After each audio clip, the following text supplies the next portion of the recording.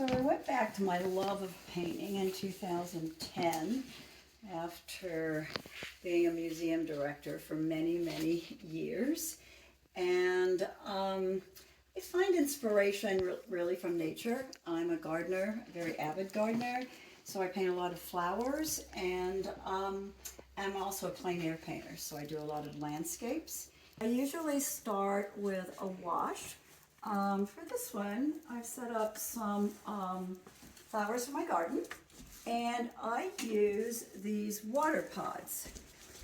So, and I fill them with water, and that way I'm able to keep the flowers fresh or the leaves fresh for a while.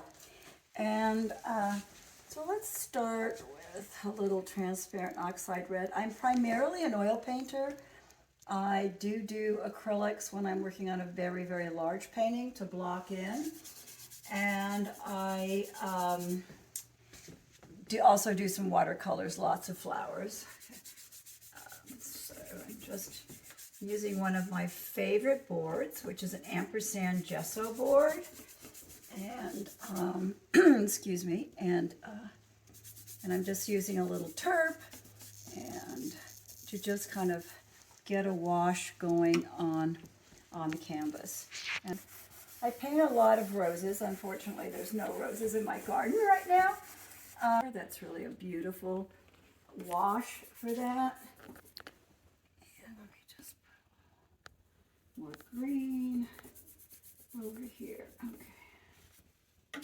And when I look at the composition that I've created over there of the flowers, and I then dip a little, usually always use gloves, and then I just kind of rub out areas where I want the flowers to be. I use Viva cloth paper towels. I find those, sometimes they're hard to find, but I find those work the best when I'm doing this.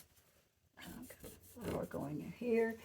You always kind of want to have a composition that leads you in and brings you around the painting.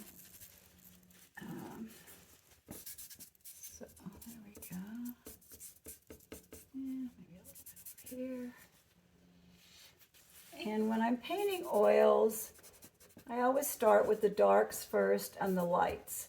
With watercolors, it's totally opposite. And sometimes when I'm painting watercolors, it's hard for me to remember that.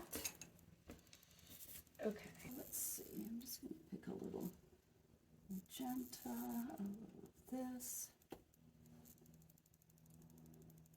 And I always make my palette the same way. I always start with white in the middle, and I've got some warms and some cools on this side. It helps to always put your paints on your palette the same way, so you know where to reach for them.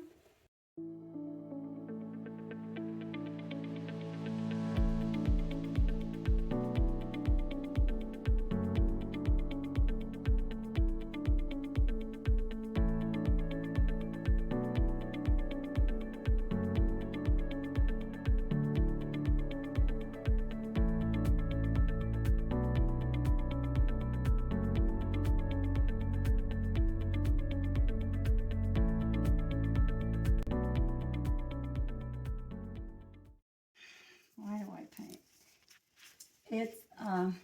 It's like gardening for me. It really takes me to a place that is I'm very comfortable with, and it takes me to a very happy place. I've been involved in art for almost all my life, whether I was directing art museums or working with kids, painting. When my granddaughter's here, In fact, all my children have painted with me. My grandchildren have painted with me. My daughter paints watercolors.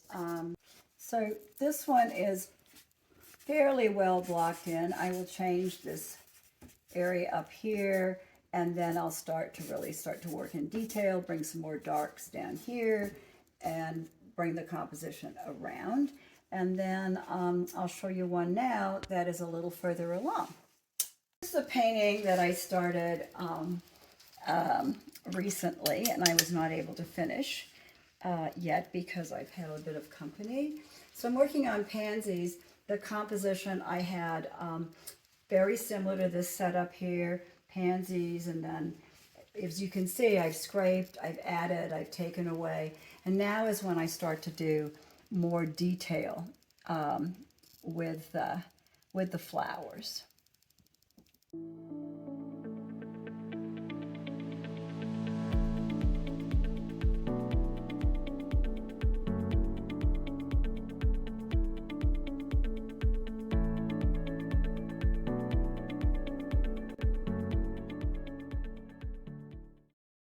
These are so happy. They were a favorite of my mom's.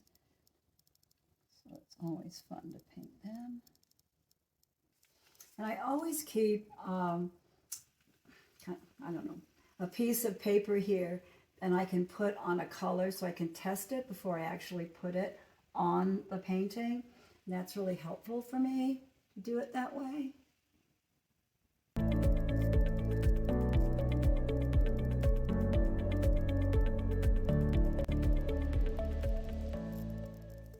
So, you know, I was very blessed. I've had an extraordinary career as a museum director for almost 30 years, working with amazing artists, and it was a joy to go back to painting myself.